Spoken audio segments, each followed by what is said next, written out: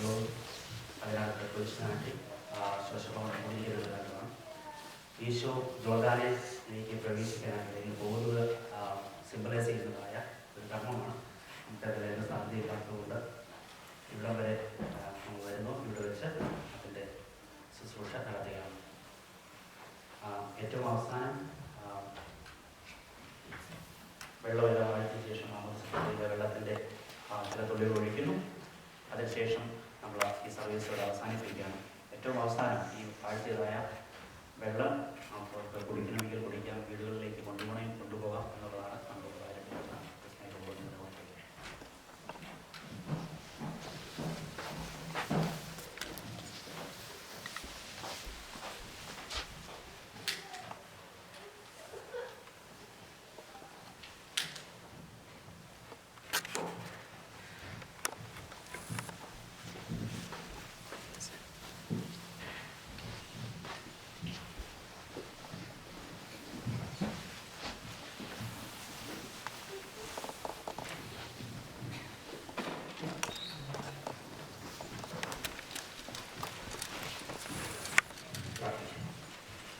Shula Bordoro Kadisho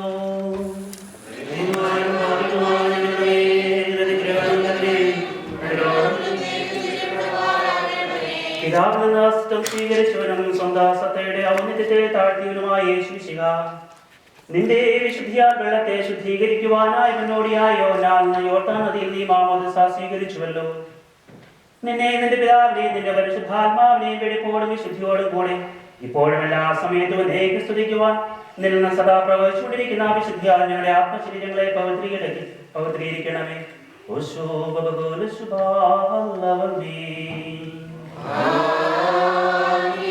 യോർദാൻ നദിയിലെ മാമോദീസ സമയത്ത് എനിക്ക് പ്രസാദിച്ചിരിക്കുന്ന എന്റെ പ്രിയപുത്രനാകുന്നുവെന്ന് പിതാവായ ദൈവം സ്വർഗ്ഗത്തിൽ ഘോഷിച്ചു.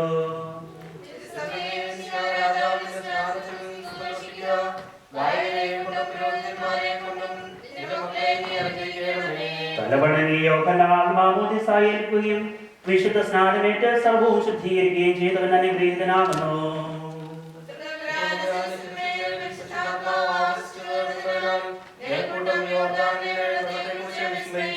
പിതാവിനെ വധിക്കുകയും സകലത്തെ വെടിപ്പാക്കുവാൻ വേണ്ടി യോർദാൻ നദിയിലേക്ക് എഴുന്നള്ളുകയും ചെയ്ത പ്രകാശരശ്മിയെ നിന്റെ പ്രത്യക്ഷീകരണം അനുഗ്രഹീതമാകുന്നു.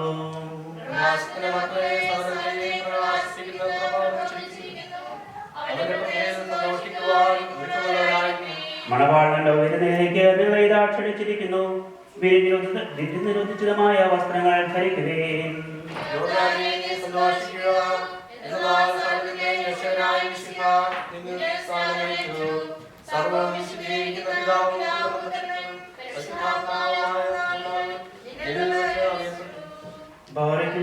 പിതാവിനും പുത്രനും പരിശുദ്ധാത്മാവിനും സ്തുതി.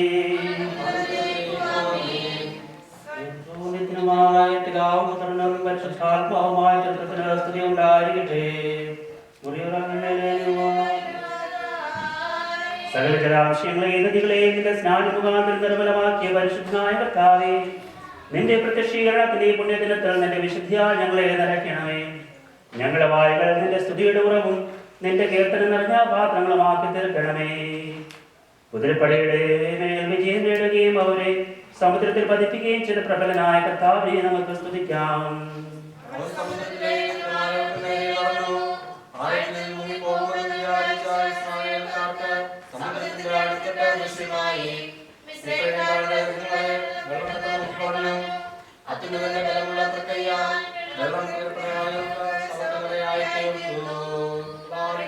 പിതാവിനും പുത്രനും പരിശുദ്ധാത്മാവിനും സ്തുതി. ഞങ്ങളുടെ പ്രകാശധാരിയായ രാജാവും വിഗതനാഥനുമായ നീ മനുഷ്യമക്കൾക്ക് പ്രത്യക്ഷനായ പ്രഭാതത്തിൽ മരുഭൂമിയിൽ നിന്ന് യോർദാൻ നദിയിലേക്ക് എഴുന്നള്ളി അന്ധകാരസേനയിൽ നിന്ന് നിന്റെ സാദൃശ്യത്തെ രക്ഷിക്കുവാൻ വേണ്ടി മാമോദീസായ്ക്ക് നിന്റെ തല കുനിക്കുകയും ചെയ്തു.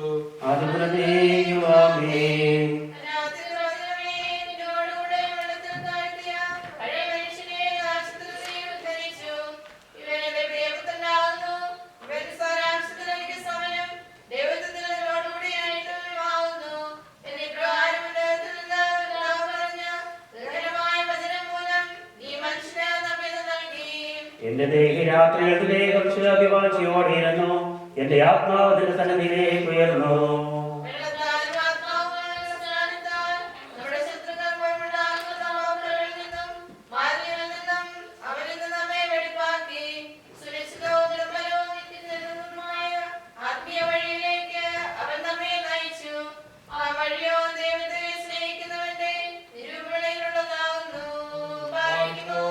പുത്രനും പരിശുദ്ധാത്മാവിനും സ്തുതി. ബന്ധനങ്ങളിലും ദുർവിചാരങ്ങളിലും ഉൾപ്പെട്ടിരുന്നവനെ സൃഷ്ടാവ് കണ്ടപ്പോൾ തോളിലേക്ക് അവനെ ഉയർത്തുകയും യോർദാൻ നദിയിലെ ഒഴുക്കിൽ അവന്റെ മാലിന്യങ്ങളെ കഴുകിക്കളയുകയും സ്വമനസ വീണുപോയ ആദിമ രൂപത്തെ അതുമൂലം നവീകരിക്കുകയും ചെയ്തു.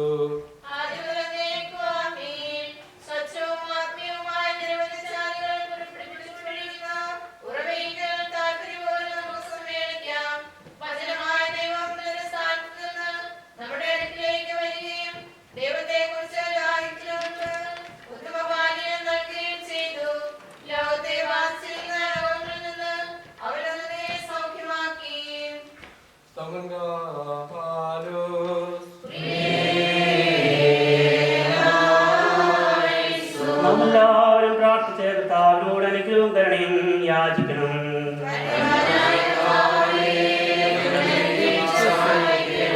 സ്തോത്രവും അഗ്നിയും പുകഴ്ചയും അനശ്വര കീർത്തിയും വല്ലാതെ വിടാതെ അർപ്പിക്കുവാൻ ഞങ്ങൾ യോഗ്യരായി തീരണമേ.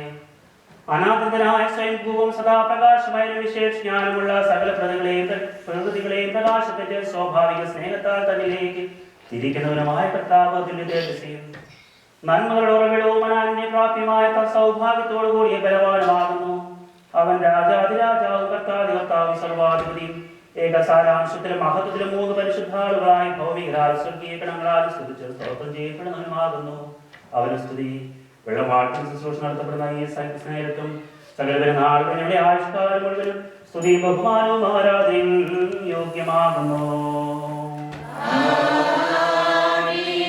ദൃശ്യവും അദൃശ്യവുമായ സകലത്തിന്റെയും സൃഷ്ടാവായ ദൈവമേ, സ്വർഗീയ സൈന്യങ്ങൾക്ക് വേണ്ടി പ്രകാശമണ്ഡലം നീ ഒരുക്കി തിരുവിഷ്ടപ്രകാരം കണ്ടാൽ ലോകവും നീ സൃഷ്ടിച്ചു. സകലവും പ്രകാശത്താൽ നിറയുവാൻ വേണ്ടി പ്രകാശമണ്ഡല സൃഷ്ടികർമ്മം നീ ആരംഭിച്ചു.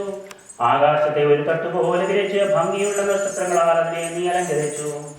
നിന്റെ ആസ്ഥാനം വെള്ളത്തിന്മേൽ സ്ഥാപിക്കുകയും നിന്റെ രഥം മേഘങ്ങൾക്ക് മീതെ ഉറപ്പിക്കുകയും ചെയ്തു. ശ്രദ്ധാപൂർവ്വം വെള്ളത്തിന്മേൽ ഭൂമിയെ നീ സ്ഥാപിക്കുകയും പലവിധ പുഷ്പങ്ങളാൽ അതിനെ അലങ്കരിക്കുകയും അതിനെ പല വൃക്ഷങ്ങളെ അന്തരീക്ഷത്തിലെത്താതെ നീ സംരക്ഷിക്കുകയും ചെയ്തു. നിരന്തരമായ നീരപ്രകളാലും നദിപ്രവാഹത്താലും ഭൂമുഖത്തെ നീ നനയ്ക്കുന്നു. സൃഷ്ടിയുടെ സർവ്വവിധ വളർച്ചയ്ക്ക് വേണ്ടി ജീവസംരക്ഷകനായ പോഷകശക്തി പല വർഗങ്ങൾക്ക് നീ കൊടുക്കുന്നു. കർത്താവേ, ശുശ്രൂഷയ്ക്കാ ഞങ്ങളെ കൊണ്ടുവന്നിരിക്കുന്ന ഇപ്പോൾ ഞങ്ങളുടെ ആത്മാക്കളത്തെ നീക്കിക്കളഞ്ഞ ഞങ്ങളോടുകൂടെ ഞങ്ങളുടെ ഇടയിലും നീ ആയിരിക്കണമേ. അപ്രമേയമായ തൃത്വത്തിന്റെ സമ്പൂർണ്ണ ത്രിവിധമായ പ്രകാശത്തിലേക്ക് ഞങ്ങളെ നയിക്കണമേ. ലോകാതീതമായ പ്രകാശത്താൽ ഞങ്ങളെ നിറയ്ക്കണമേ. നിന്റെ കരണങ്ങളാൽ ഞങ്ങളുടെ മനോനേരങ്ങളെ പ്രകാശിപ്പിച്ച് ഞങ്ങളെ പ്രകാശത്തിന്റെ സന്ധാനങ്ങളാക്കണമേ. അതിവിശുദ്ധനായ നിന്റെ രൂപയുടെ ആവാസത്താൽ ഈ വെള്ളത്തെ സൗഖ്യത്തിന്റെ ഉറവിയാക്കി മാറ്റണമേ. ഇതിൽ നിന്ന് സ്വീകരിക്കുന്ന സകലർക്കും സഹായം ലഭിക്കത്തക്കവണ്ണം വിശുദ്ധ ദാനങ്ങളാൽ ഇതിനെ നിറയ്ക്കണമേ. ഞങ്ങളെല്ലാവരെയും നിന്റെ വികാരം സ്വതന്ത്രരാക്കണമേ. ഞങ്ങളിലുള്ള സകല മാലിന്യവും നീക്കിക്കളഞ്ഞ് മഞ്ഞിനേക്കാളേറെ വെണ്മയുള്ളവരാക്കണമേ. അങ്ങനെ ഞങ്ങൾ നിർമ്മലരും പ്രകാശത്തിന് അർഹരും പരിപൂർണ്ണ ശോഭയുള്ളവരും ദൈവസാദൃശ്യരുമായി തീർന്ന മുഖപക്ഷമില്ലാതെ തന്നെ ന്യായാസനത്തിന് മുമ്പാകെ സമേതം നിലകൊള്ളുവാൻ നിന്റെ കരുണയ്ക്കും മനുഷ്യ സ്നേഹത്തിനും യോഗ്യരാകുന്നതിന് ഇവിടെ വരുത്തേണമേ. നീ ദൈവിക ദാനങ്ങൾ വിതരണം ചെയ്യുന്നവനാകുന്നുവല്ലോ. സ്വർഗത്തിലും ഭൂമിയിലുള്ള സകല സൃഷ്ടികളിൽ നിന്നും നിനക്ക് നിന്റെ പിതാവിനും ജീവനുള്ള പരിശുദ്ധാത്മാവിനും ഇപ്പോഴും എല്ലാ സമയത്തും നയിക്കും സ്തുതിയും ബഹുമാനവും യോഗ്യമാകുന്നു. ദൈവങ്ങൾക്ക് പരിഹാരവും പാപങ്ങൾക്ക് മോചനവും 2 ലോകങ്ങളിലും നാം പ്രാപിക്കുമാറാകട്ടെ. സലിലം യോഹന്നാൻ സ്നാനം നൽകാൻ ശുദ്ധീകരണം ചെയ്തതിനെ മിശിഹായതിൽ മുങ്ങി നീരിൽ നിന്നും ഉയരുന്നൊരു നേരം മാനിച്ചവനെ ബലവും പകലോൽക്കതിരുകൾ ചായിച്ചു താരകൾ വന്ദിച്ചു അരുവികളുള്ളവരെ വാഴ്ത്തിയ സുഗന ദൈവത്തെ ഹല്ലേലൂയ യോ hallelujah Svora bola barolo kadisho Snanam chevani sasadan Yordan Kunirame Tabamayannu Nirandiyam Viragam Kudane Vaidigane po വന്നോയുഹാരോ കുടയോൻ തലമേ വലതുകരം വച്ചു പവന്നോണം രോകുദിശാതാന നന്ദേരം Yordan Madine Nirinme Chedalavasam Hallelujah Yo Hallelujah ഞങ്ങളുടെ പാപപരിഹാരത്തിൽ മാമോദിസായ്ക്കായി വന്ന സകലത്തിലും പാപപരിഹാരം നൽകുന്നവരും ഞങ്ങളുടെ നിർമ്മലീകരണത്തിന് വേണ്ടി സ്നാനത്തിനെഴുതിയ സകലത്തെയും ശുദ്ധീകരിക്കുന്നവരുമായ കർത്താവേ തിരുസന്നിധിയിൽ ഞങ്ങൾ സമർപ്പിച്ചിരിക്കുന്ന ഈ സുഗന്ധതോപം മുഖാന്തരം വിശുദ്ധ സഭയ്ക്കാകമാന നീ പാപപരിഹാരം നൽകണമേ. നിന്റെ ഇടവിലെ ആളുകളെ വിശുദ്ധീകരിക്കണമേ. നിന്റെ വിശുദ്ധ മാമോദിസായാൽ മാമോദിസായുടെ സകല മക്കളെയും കാത്തുകൊള്ളണമേ. ഞങ്ങൾ സന്തോഷത്തോടും ആനന്ദത്തോടും കൂടി ഇപ്പോഴും എല്ലാ സമയത്തും ഇതിനെ സ്ത്രീ സ്തോത്രവും അർപ്പിക്കും.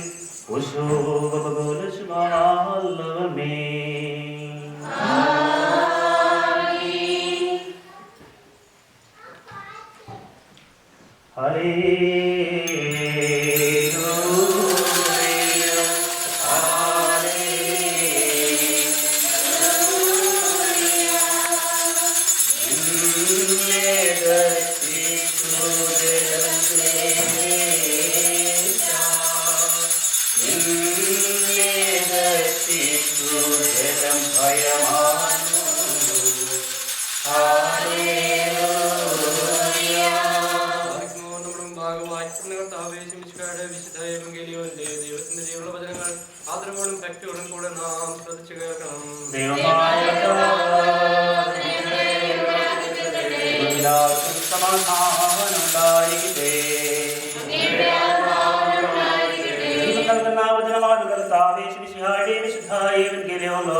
ജീവനെ രക്ഷയറിയിച്ച വിശുദ്ധ യോഹന്നാൻ ശ്ലീഹ എഴുതിയ സുവിശേഷത്തിൽ നിന്ന്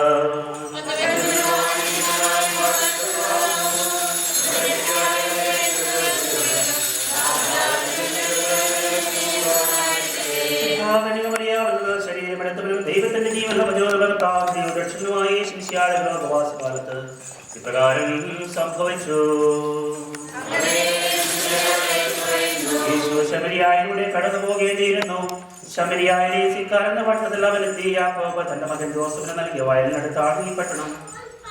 യാക്കോബിന്റെ കിണർ അവിടെയാണ്.